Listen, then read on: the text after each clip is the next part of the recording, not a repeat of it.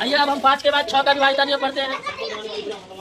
6 से विभाज्यता नियम, 6 से विभाज्यता नियम। अब हम लोग पढ़ेंगे कि बिना भाग दिए किसी संख्या को हम लोग कैसे बताएंगे कि संख्या 6 से विभाज्य है कि नहीं है।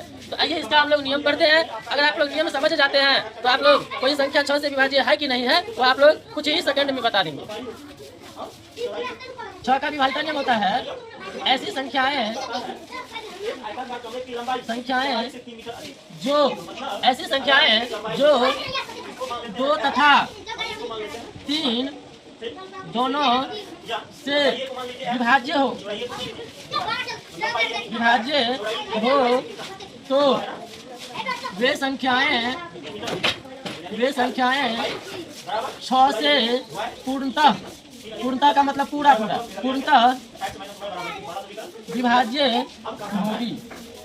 6 का विभाज्यता नियम कहता है कि जो संख्या 2 और 3 दोनों के द्वारा विभाज्य हो, जो संख्या 2 और 3 दोनों के द्वारा विभाज्य हो तो वह संख्या आपको कितना से विभाज्य हो जाएगा? 6 से विभाज्य हो जाएगा।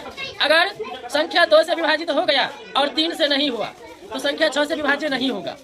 अगर संख्या 3 से विभाज्य हो गया और 2 से नहीं हुआ तो संख्या 6 से विभाज्य नहीं होगा। 6 के विभाज्यता का नियम है कि 2 से भी विभाजित होना चाहिए और 3 यानी कि दोनों से विभाज्य होगा तो संख्या आपको 6 से विभाज्य हो जाएगा। आइए एग्जाम्पल हम लोग समझते हैं इसका। अगर कोई संख्या है,